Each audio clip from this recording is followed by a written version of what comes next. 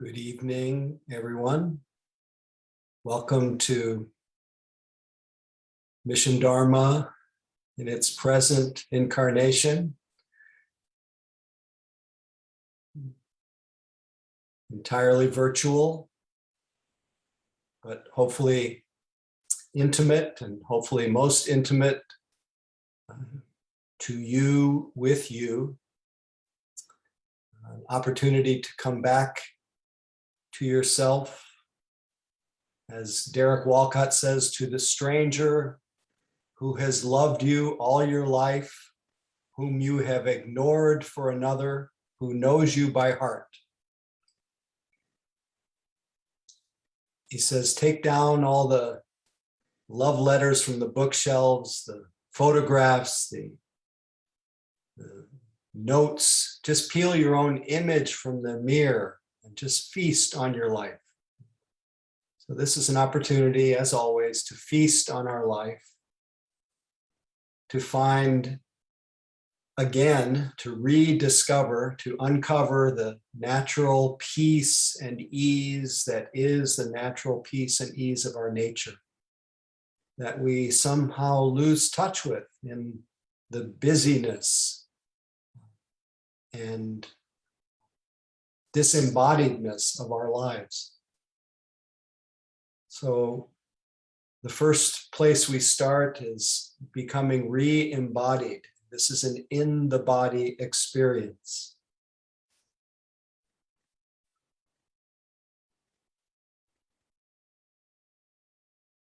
But we move beyond the idea of the body, beyond the concept of body, to the felt experience, which we call sensation. But we feel it as density, as weight, as moisture, as temperature, as vibration. The way nature expresses itself through our consciousness of our body. We let our eyes close softly.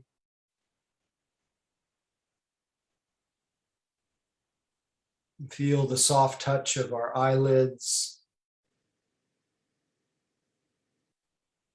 the soft touch of our lips, the soft touch of our hands, whatever they may be touching,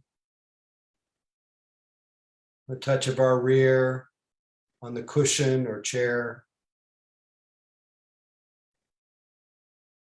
the form and the shape of our body. The living quality, vibration or pulsing.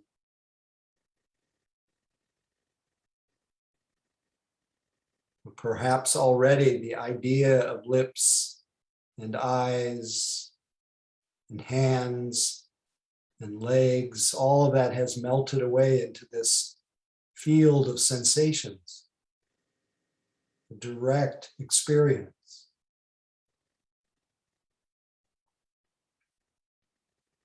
Part of that field of sensations, in the middle of it all, are the sensations that are created when our body breathes. We experience it as expansion or contraction, arising and falling, in and out, brushing, tingling, change of temperature. However it is that you feel the body's experience of its own breathing, we connect with that and we sustain our connection through the duration of each wave of breath. We just let these sensations that arise with each breath call us more closely, more intimately here, now. With each in-breath, we empty our mind of its usual preoccupations. With each out-breath, we continue that emptying process. And in any space between the breaths, we remain empty and open, receptive, fully aware. And we sense that this awareness that receives the breath is open like the sky, is non-judgmental. It just knows. Just receive each arising breath, each sensation that's felt in our body. We let our body bathe in this open, receptive, and kind awareness. No part of our body sensations are left out. Everything welcome.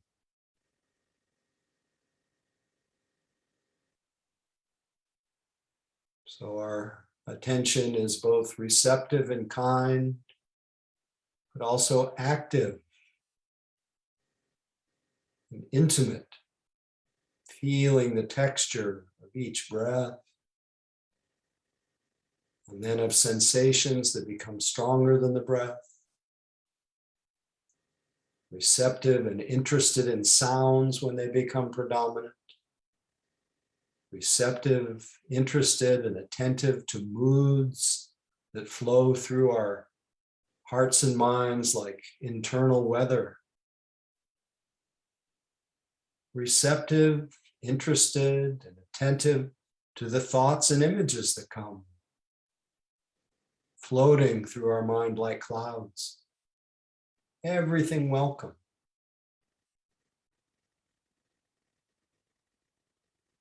Nothing to do about each experience other than to know it. Nothing to undo. Just be aware of the changing conditions.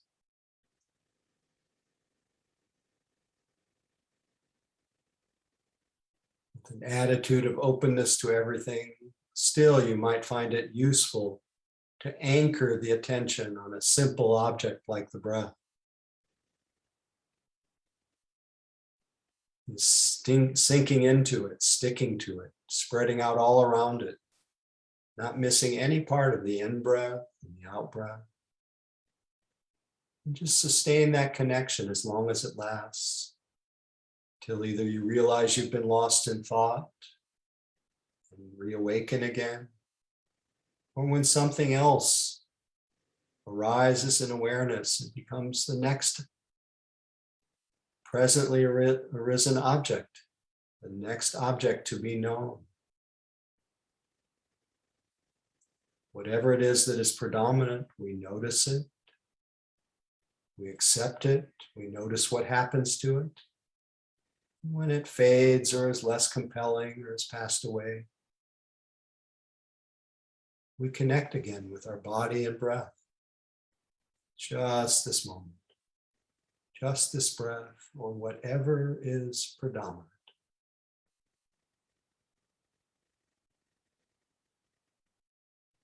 Settling back into the moment. Clear and empty like the sky.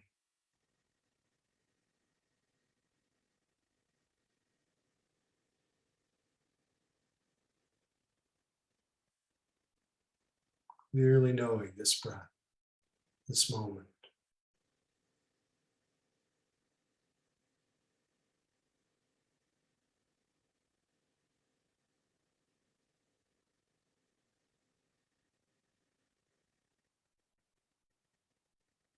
Being aware.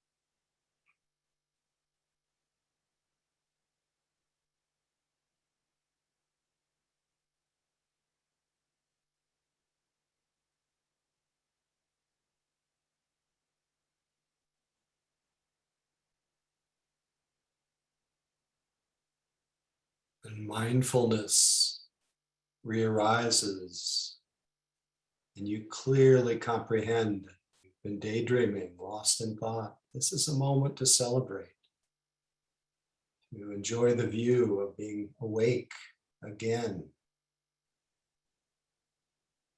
free of past, free of future, just here. A moment of stepping out of time.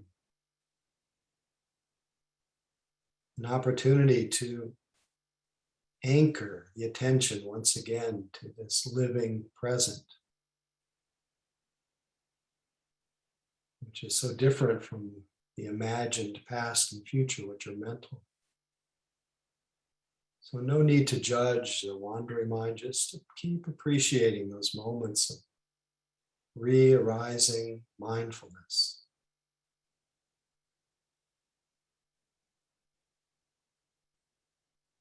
Just this moment. Simple,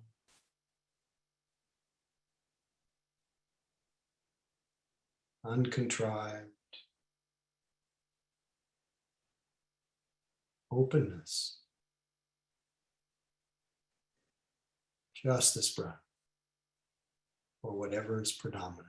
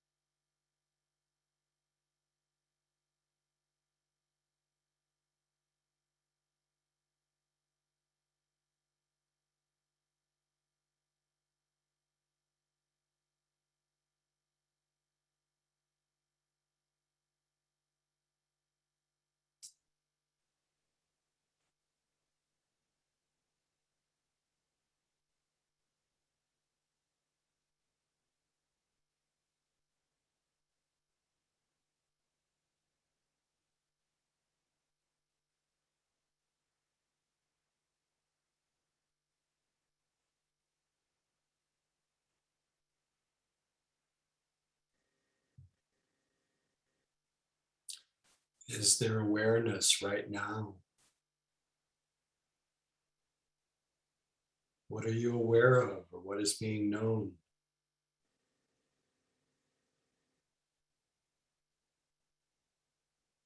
And what's the attitude of mind that is meeting what you're aware of? Is it open, relaxed? Is there strain in the mind to make something happen? Greed? Is there resistance, contentiousness?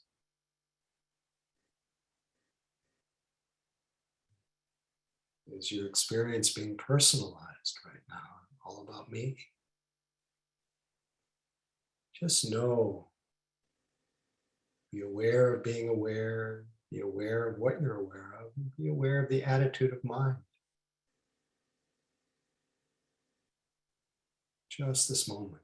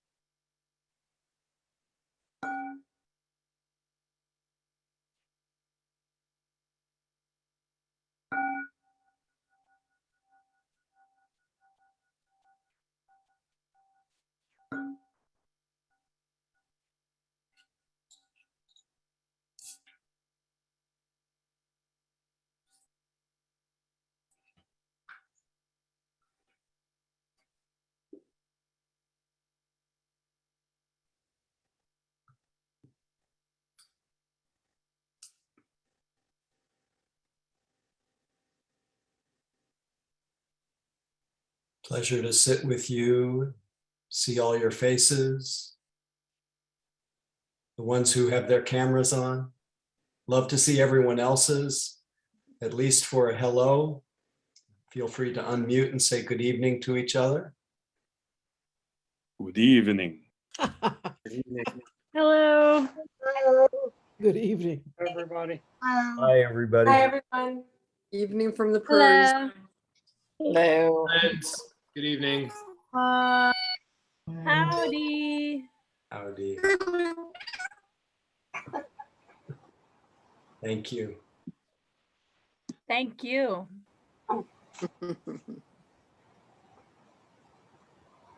Really enjoyed sitting with you as always. And appreciating how much opens up in just a short period in the span of my life to just dropping in a little bit in a sustained way. How fertile that ground is for connecting with the simplicity of the present moment, but also to hear the heart, what's stirring the heart. And tonight I kept having this line, 4 days into the moratorium, into the end of the moratorium on evictions.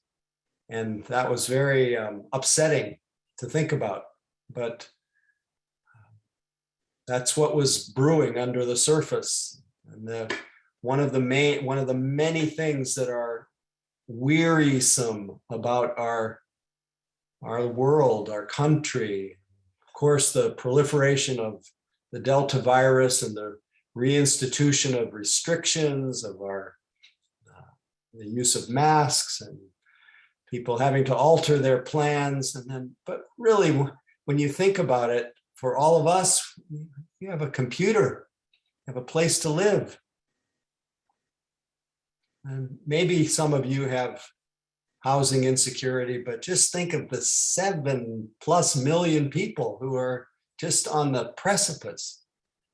And somehow putting that in perspective just makes me both sad, but also just wakes me up to the appreciation of the enormous comfort and privilege that I have that is not shared by so many. And that's wearisome as well, just to know that there's so much disparity in our situations and our resources, everything. So that's on my mind. And sitting allows me to metabolize that. And tonight I want to focus more on what is unique to practice of awakening, as opposed to if we spent the whole night talking about the wearisome state of the world. How practice can help teach us how to let go, how to let go of ourselves, our self-importance, our construction project of self. Just be quiet. And I think it's that quiet that allows us to connect with each other, to hear the cries of this world, but also to realize that so much of what we ruminate and dwell upon, even if it has the most wholesome intentions behind it, that intention to be happy, so much of what we dwell upon just is part of a samsara means endless wandering, a samsaric loop that reinforces an obsession with ourselves. I wanted to talk tonight about and I think I do it every week, but the ever accessibility of selflessness, of voidness, of emptiness, of openness. That we're literally never apart from a ground of quiet and openness. And I think we need, as beings, we long for that quiet, we long for that openness. We need it. It is the medicine for our nervous system. But our egoic mind wants it to be really exciting and wants it to be a project that we can find some other day, some other time, maybe at the end of the rainbow. Our ego mind just does not want to, in a way, surrender to the ever-present wakefulness, clarity, peace that is the natural peace and ease of our nature.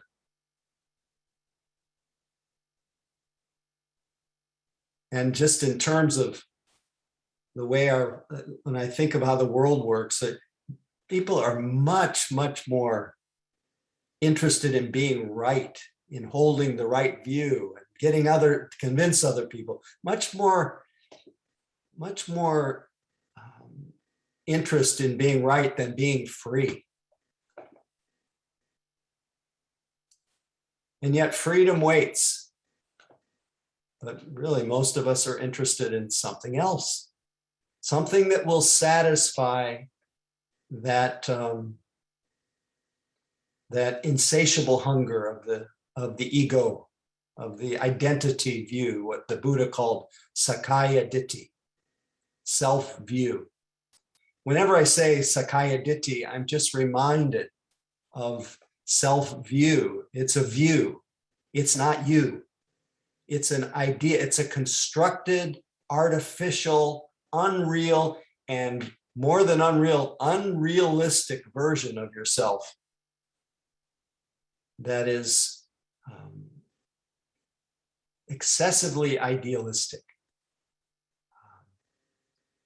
about what you can be and all that you need to do to become that.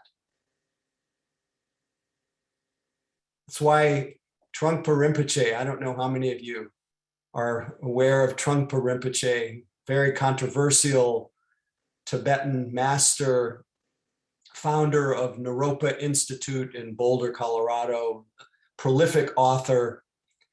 But in one of his books called, I think it was called Something Freedom, Meeting the Myth of Freedom or something. I think it was The Myth of Freedom. I might even have this quote with me tonight. Let's see.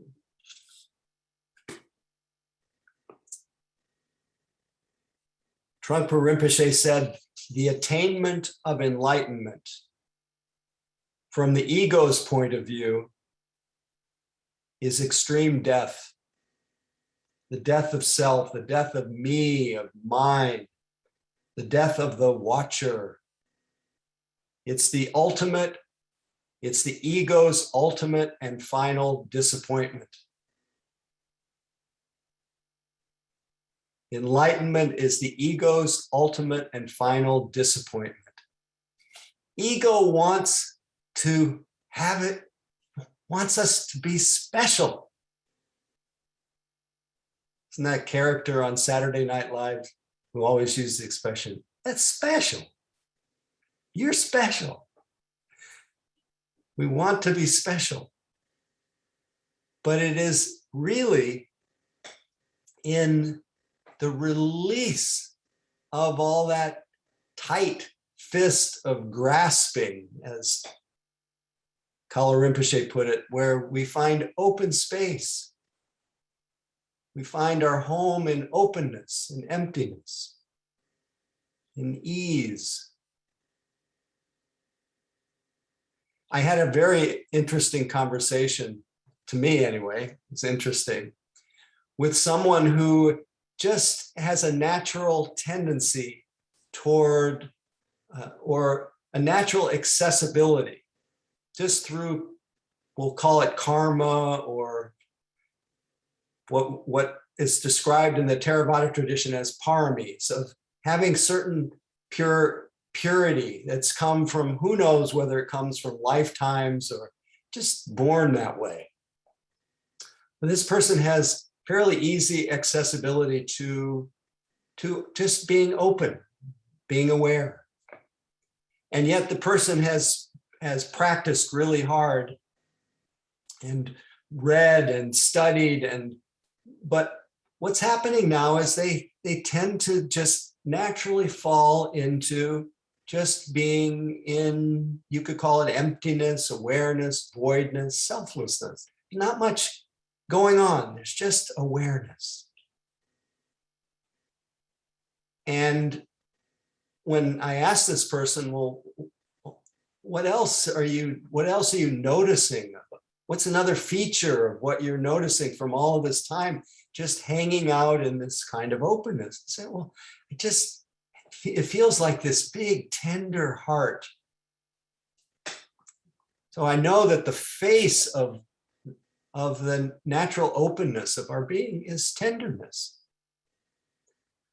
But here's someone who is literally touching, tasting, which is accessible to everyone, but this person's tasting and appreciating and getting used to this, what could be described as the enlightened state, just being open, both extraordinary but ordinary.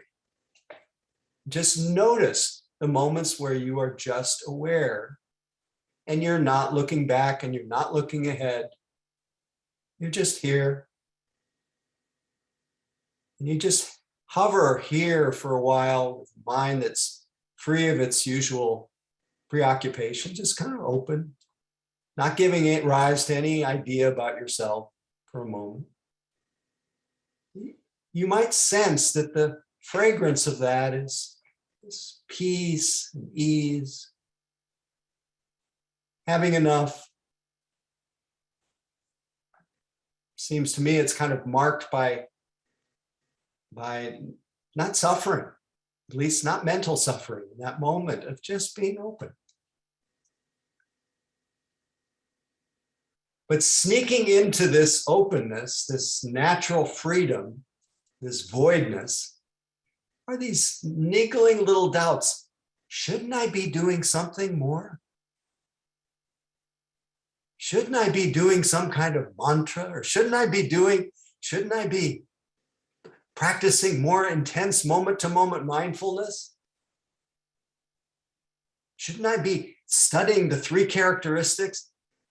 And of course, it's always useful to study the characteristics of impermanence and the unreliability of changing conditions, selflessness of anything that comes, it comes and goes by itself. All that's very interesting, but it all leads to, it all clears the dust. So what can be laid bare is the natural, uncaused, ultimate state of your own mind, which is freedom and openness. All of that practice in what some would call the deathless, the unconditional nature of the mind. And yet the ego mind wants something to do, wants a problem to solve, something to fix, someplace to go.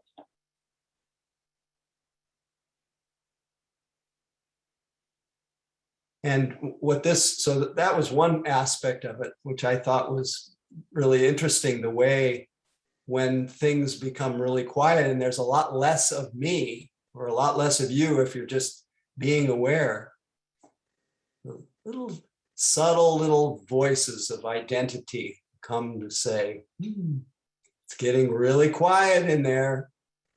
Maybe you should stir up a little, stir up a problem to solve. So that was one aspect of it. The other aspect, what I found interesting in the conversation, and it resonated with some experiences that I've had before, that the more I was hanging out, the more this person hangs out in this kind of openness, the more moments that person falls into a little dullness. starts to drift off a little bit.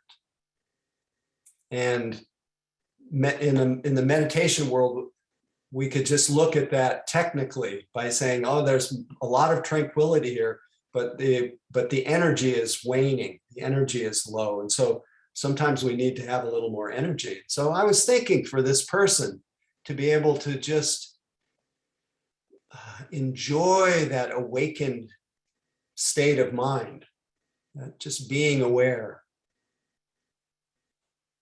What would arouse a little energy? And I thought about it through the day after I talked to that person. I was thinking, it would probably be good for that person to realize that the practice of this kind of openness, practicing freedom in this way, just being aware, is in some ways the practice of dying.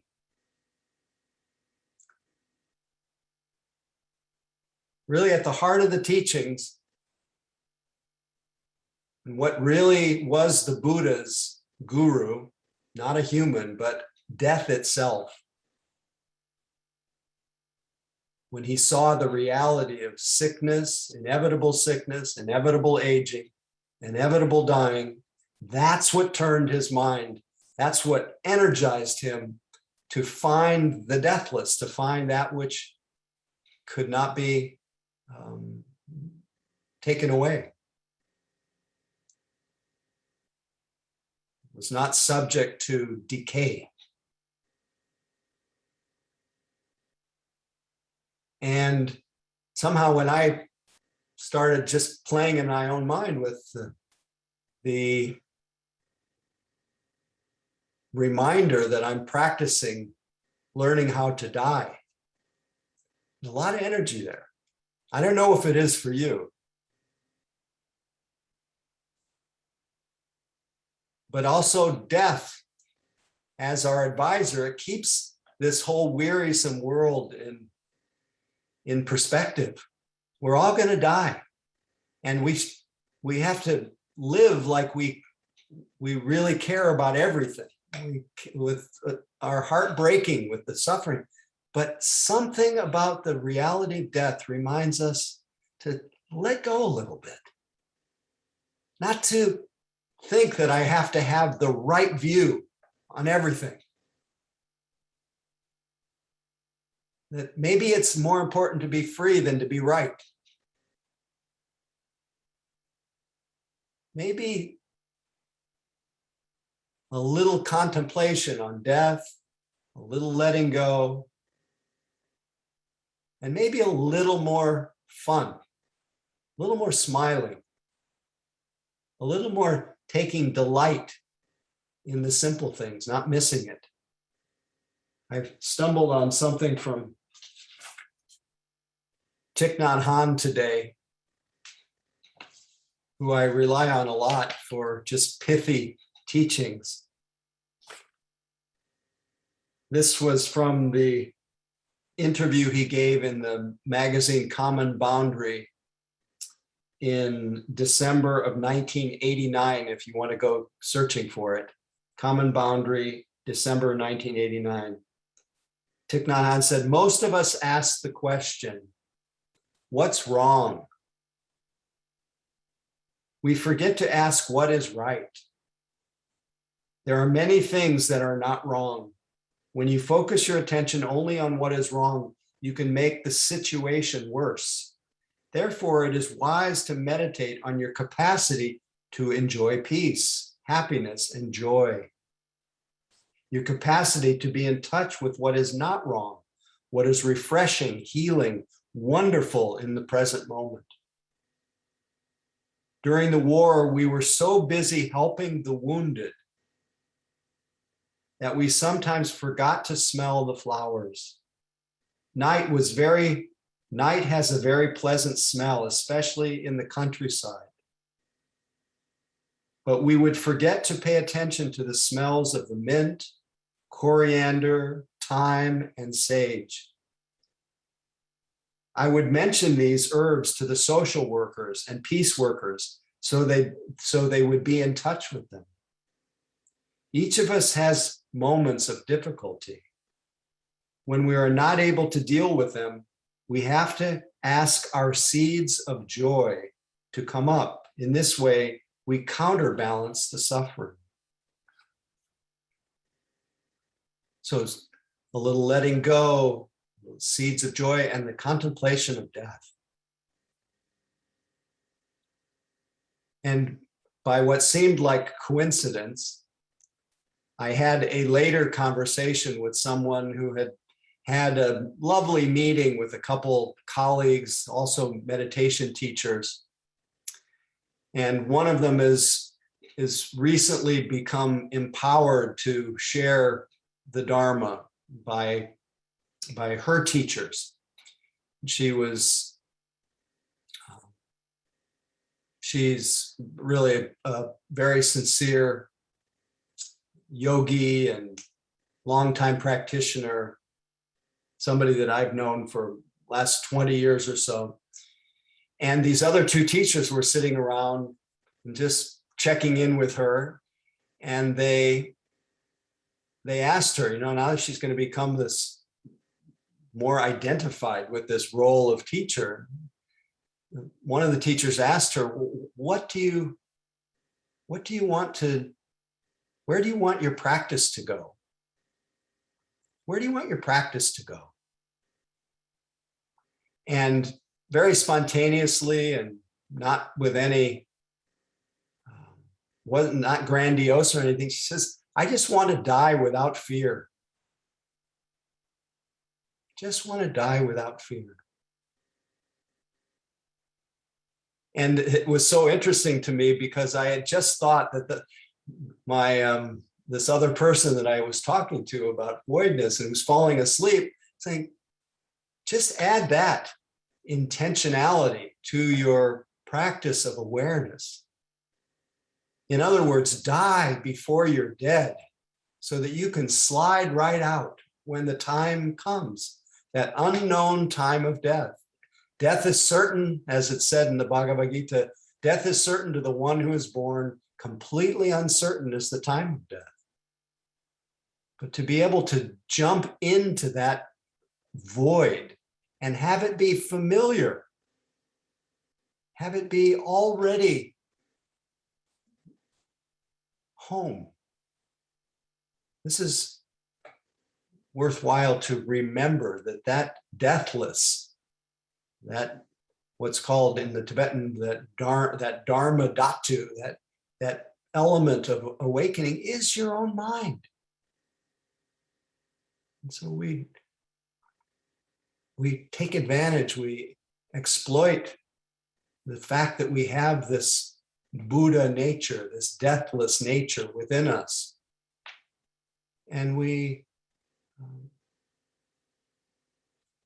use the fuel, the reminder that we will die as a encouragement to get used to it, be aware, to take delight in the smells, in the joy around us, and not hold so tightly.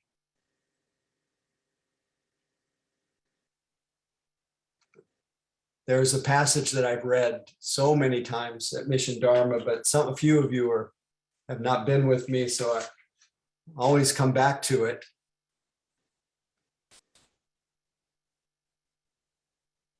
The teaching from the Venerable Ajahn Sumedho, entitled Letting Go. Just when I think of letting go, I just think of letting be, just being aware. Awareness has no clinging in it. It has no condemning. It has no identity. It has no me, no mine, nor other. It's just open. So Ajahn Sumedho said the practice of letting go is very effective for minds obsessed by compulsive thinking. You simplify your meditation practice down to 2 words, letting go. Rather than try to develop this practice, develop that practice, then develop that and this, and achieve this and go into that, and understand this and read this, the Buddhist sutras, the teachings, study the Abhidharma, the Buddhist psychology, learn Pali and Sanskrit, the Madhyamaka and the Prajnaparamita, these different teachings, get ordinations in the Hinayana, the Mahayana, the Vajrayana, write books and become a world-renowned authority on Buddhism. Instead of becoming the world's expert on Buddhism and being invited to great international Buddhist conferences, just let go, let go. I did nothing but this for about 2 years. Every time I tried to understand and figure things out, I'd say, let go, until the desire would fade out. So I'm making it very simple for you to save you from getting caught in incredible amounts of suffering. There's nothing more sorrowful than having to attend international Buddhist conferences. Some of you might have the desire to become the Buddha of the age, Maitreya, radiating love throughout the world. But instead, I suggest just being an earthworm, letting go of the desire to radiate love throughout the world. Be an earthworm who knows only 2 words: let go, let go, let go. You see, ours is the lesser vehicle, the Hinayana. This is the pejorative version of the Theravada tradition he's talking about. The Hinayana. So we have only these simple poverty-stricken practices. These simple poverty-stricken practices of being aware, of letting go, of not being somebody, be busy being somebody. The identity view, Sakkaya Ditthi, doesn't like this. It is that constructed, artificial, unreal, and unrealistic version of ourselves that just doesn't appreciate, doesn't want to give up the drama, doesn't want to just feel the peace and ease that is available to us. That's the only part of us that freaks out, is the unreal part, about voidness and emptiness and selflessness. That's why we don't like these words so much. It sounds so cold. But if you really check out what it actually means, we don't know what it means. To the ego mind, it's, I'm not special anymore. I always think of that. I think what's the line? Everybody wants to be somebody. Nobody wants to be nobody. But if that somebody could just be nobody, that nobody would really be somebody.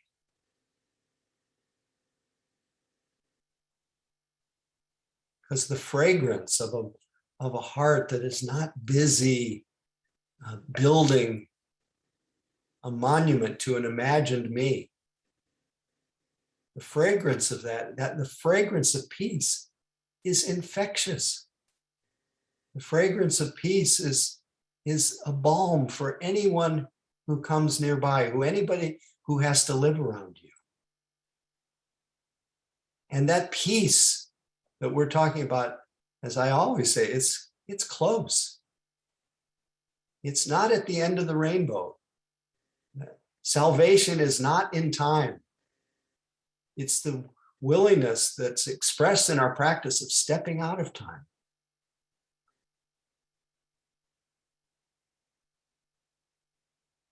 And the byproduct of stepping out of time, in time, that fragrance gets stronger.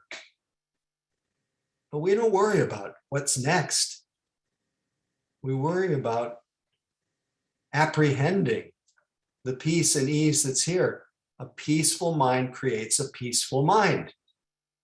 An agitated, ruminating, obsessive mind creates an agitated, ruminating, obsessive mind.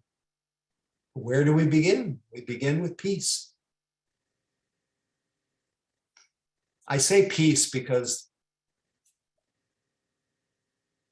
not a peace as a feeling, but peace as the very nature That simple moment of being aware. Turning the faucet. Opening the eyes. When there is awareness there, everything is imbued with simplicity, peace. When I'm looking into someone's eyes, there's awareness of looking into someone's eyes. The awareness through which I'm perceiving is quiet. It's void. It's not a somebody. It's not an identity. It's not unreal. Just aware. So this is why Trungpa Rinpoche says this enlightenment is the ego's ultimate disappointment. But it's a good disappointment. So may we all awaken to what we already are, which is the natural peace and ease, that is the natural peace and ease of our nature.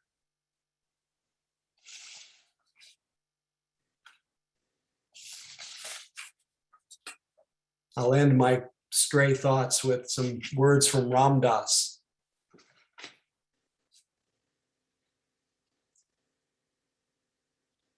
When I stumbled on the quote from Trungpa Rinpoche about from the myth of freedom, I also stumbled on some relevant quotes from Ram Dass.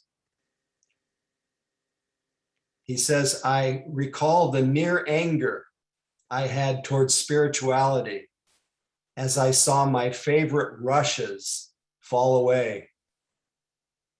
When he saw the unreliability of the rushes you get from this and that, the endless seeking that the identity does for pleasure and happiness. He says, I recall the near anger I had towards spirituality as I saw my favorite rushes fall away. And then he says, meditation brings this change. Each moment starts to have a richness or thickness of its own. Fewer moments are special as more of them become richer. Love that.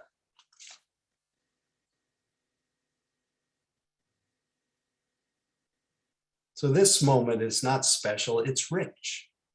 This moment of being with you. Because special is compared to something else. Rich is on its own. It has a fullness to it, a richness, incomparable.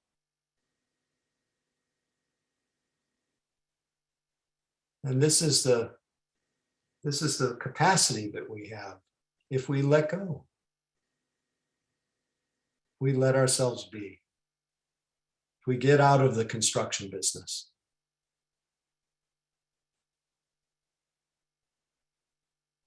Any questions, comments? Well, we still have a few minutes.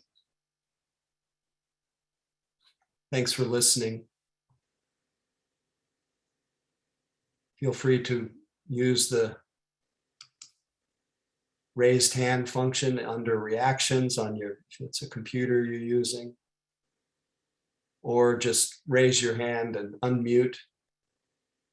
We'll do it the informal way if you don't know how to do the raised hand.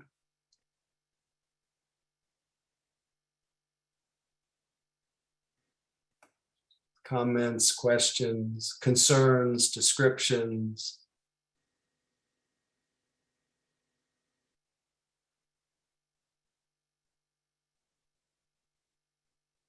Katie, please. Thank you for breaking the ice. Except you're muted. You'll have to unmute. Okay. Thank you so much for your teaching. It was fabulous tonight. You were on fire, I feel like, tonight. But thank you. Regarding all the people, I'm having a hard time with people not going back to work and complaining about housing and stuff because there's so many jobs right now. there's so many businesses saying help wanted, and I have a lot of nieces and nephews in their 20s and 30s complaining about having to go back to work and not going back to work. And Mm, so this is really yeah. feels very trite on the heels of all the depths of what you've just No, said. no, that this is not tried at all, and it's part of our complicated world of, we definitely want to provide a lot of ground for people and support. It's the right thing to do, and some few will take advantage of that and use it as an excuse not to go back to work. Yeah. But I think that's actually the minority. And I think a lot of the people who have housing insecurity have jobs, but their Mhm. jobs don't provide them enough support to pay their Yeah. rent. Yeah. So it's complicated, and but all just a reminder that there are so many sources of pain in this world that we live in. Oh yeah, we don't, even without the world, we create a lot of pain right inside of ourselves. That's right, that too. Yeah. Thank you. Thank you, Katie. Let's get back to work. Jonathan, please feel free. Hell yeah. Thanks for the practice, man. It's nice to see you. It's been a minute. Yeah, I was just thinking about what you said about the humility of the Theravada tradition, right? And how it's just like focused on self. And then and I think for myself, when I think of bodhisattva vows and may I enlighten so I may enlighten all others, there is that piece of me that wants to make that into a thing, right? And it's and it's subtle though, right? Because it's such a noble vow. It's such a noble intention. Wholesome intention, yes. But I can Yeah. So, but that's the beauty of practice of having the light of awareness, is you can start to discern what's a wholesome desire to be of benefit and what's just trying to satisfy that construction project of self. And then you can laugh at it once you see it. But it's when we're asleep that we just incarnate in that ambition that sounds wholesome, but it's for the wrong reasons. So, but each of us has to self-liberate in a way, we have to see for ourselves what's wholesome and what's unwholesome. Thank you. Yeah. Thank you for naming those. The same desire, but different motivation. Thank you. Joe, please. You're mute. Yeah, there you go. I show you my view of my favorite shirt when it was 101 today, and also the smoke up in Humboldt here behind me. So and I sorry. just wanted to thank you. The night is young, that's for sure, for fires. But I wanted to thank you for I think in bumper stickers, anything more than 7 words long is difficult for me, but I think I remember it's something like, it's time to get out of the construction business. And that's my takeaway from tonight. So thank you for that.